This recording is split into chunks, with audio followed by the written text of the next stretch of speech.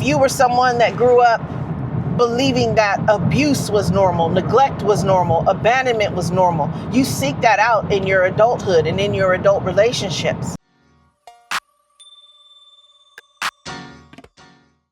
One thing that I want to normalize is the struggle leading to deliverance. Sometimes we get to the point where we've been lulled to sleep with the belief that life is supposed to be smooth, it's supposed to be easy, I'm not supposed to have any troubles, dysfunction, my relationships are just supposed to serve me, not understanding that relationships develop out of work. Two people come together to support in the process of the other person, not become a barrier to another person's growth and development, but to be an aid in that. And it's a mutual exchange. So when we grow up with a lack focus, especially relationally, because we always talk about lack as it relates to finances, but when you grow up in relational lack, you're always looking outside of yourself for someone else to fix you, to fix your problems, to fix your historical trauma, your historical ancestral issues that were sent from generation to generation to generation. And then the problem gets compounded with each generation. How do we develop that looking outside of yourself for completion, happiness, wholeness? What that is called is having an external locus of control. So that means things that happen outside of you determine how you think, how you feel, and how you behave. So therefore, you become a victim of circumstance. You become a victim of your life. You become a victim of everyone around you.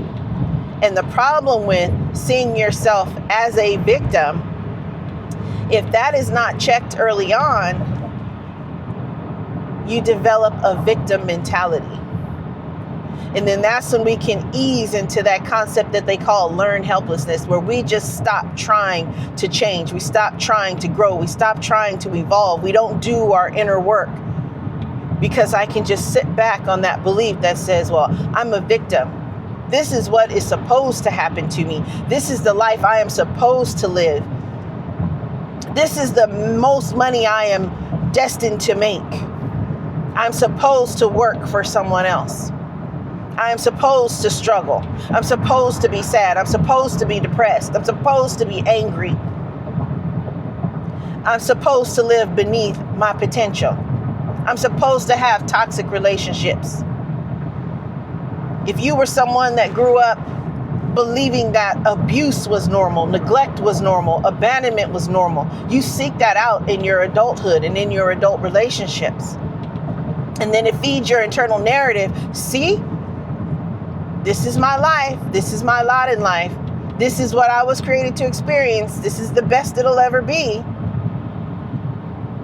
Well, I'm here to tell you, and I'm here to break that paradigm and let you know that the best is yet to come. How do we tap into that best? No matter how you feel and how much negativity you've normalized, it is our human nature to want more. But the great divide in that is, or the barrier to that is, believing that you don't have what it takes to bridge that gap from where you are now to where you want to be. And that space in between is called a problem. So you, in the current state that you're in, you don't understand that everything you need to succeed in life, Yah built that into your DNA. You were created perfectly. The word says that. You were fearlessly and wonderfully made. And these things I'm sharing with you are the things that I learned and the paradigm shifts I had to make to get myself to the place where I realized, no, that version of myself that failed, that version of myself that made all those self-destructive choices, That version of myself that lived well beneath my potential. That is not who I was created to be. That's who I became as a result of my life experiences. We are a sum total of our choices. So just imagine if you stop seeing yourself as a victim, as you stop looking outside of yourself for support, for love, for completion, and realize that what Yeshua came to teach us about the kingdom, he said, the kingdom is within you. The kingdom of Yah is within me.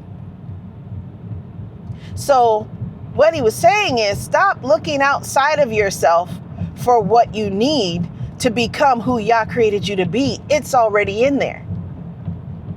What is your passion? What is your purpose? What have you always desired to do? If all limitations were removed from you, all barriers were removed from you, money, education, all that, those barriers are taken away.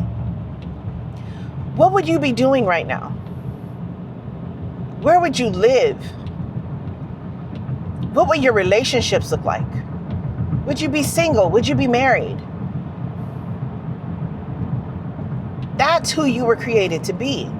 So what is it that you need to do to bridge that gap from where you are now, who you are now, the way you believe now, to operate within Yah's kingdom, his kingdom economy that is in you? Think back to Jeremiah the prophet in Jeremiah chapter 1, chapter 2. It's in the early chapters. When Jeremiah was discounting himself because of his youth. And the message Yah had for him was, hey, Jeremiah, before I formed you in your mother's womb, I knew you. What does that mean? What it means is that he created him to be a prophet. He created you to be an entrepreneur. He created you to be that which you've always desired to be. He didn't place those desires in your heart just so you can have a desire. Those desires are your internal GPS. He says, I have placed eternity into the hearts of men. It's to constantly pull you towards his purpose for your life. You weren't just born to exist every day, to get on this hamster wheel of just going to work, living outside of purpose, living outside of that which brings value, that which makes you feel good. If you're one of those people that you've had a desire to start a business, you had a desire to start a ministry, he wants that for you. He put it in you. And he gave you the gifts and talents to bring it to fruition. But the problem we have with the modern church as we know it is people identify ministry as that which is done in a building, that which happens on a Sunday, that which happens in food distribution, and there's nothing wrong with that. But ministry is when you are doing that which you have been gifted and talented to do. Think about when the temple was being built. And Yah said, call all the skilled artisans. Those people that had mastered their crafts, the silversmiths, the woodsmiths, the goldsmiths, architects. Those were people skilled to do those things. And those people, their ministry was what? To build a temple where the glory of God would rest. So don't discount the fact that You might enjoy welding. You might like making beautiful things. You may be someone that is destined to be a CEO working for another entrepreneur. You might be that director. You might be that cashier that's meant to touch people's hearts and make them smile every time they come through your lane. But society would say, that's not ministry. That's a job. But if you understand that the kingdom is within you, the kingdom goes with you wherever you go. That means you take Yah with you wherever you go. So I said all that to say, don't discount your humble beginnings or your small beginnings or those traumas and troubles and mistakes you've made throughout your life.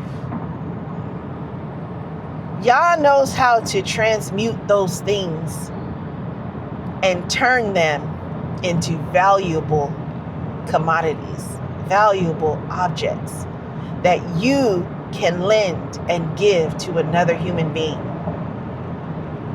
That's how you become a vessel of honor. You become that conduit of the kingdom that flows out of your heart to other people. And we're touching each other, sometimes just by saying hello.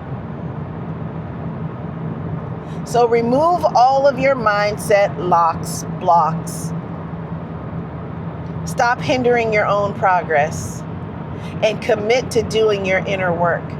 Because as you do your inner work and you begin to heal those broken places, because you face them, accept them, and extract the lesson that you learn from it.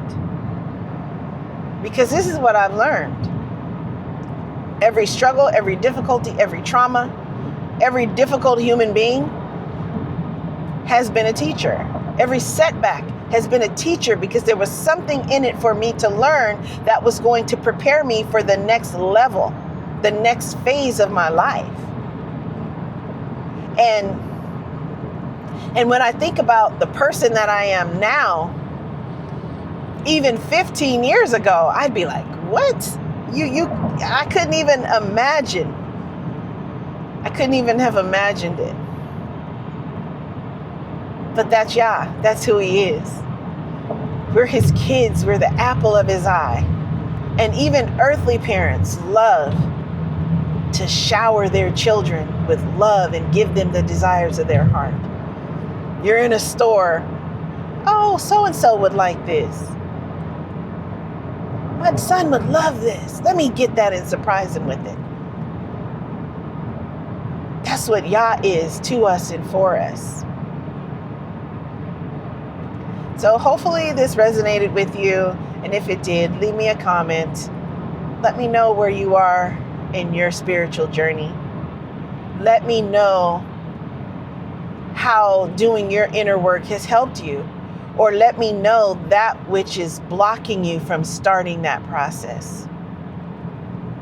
And remember, fear is a construct. Fear is just a belief system. It's not truth. It's not reality. The bulk of what we fear never comes to pass. But that which Yah has ordained for you will always come to pass. Love and blessings. Bye-bye.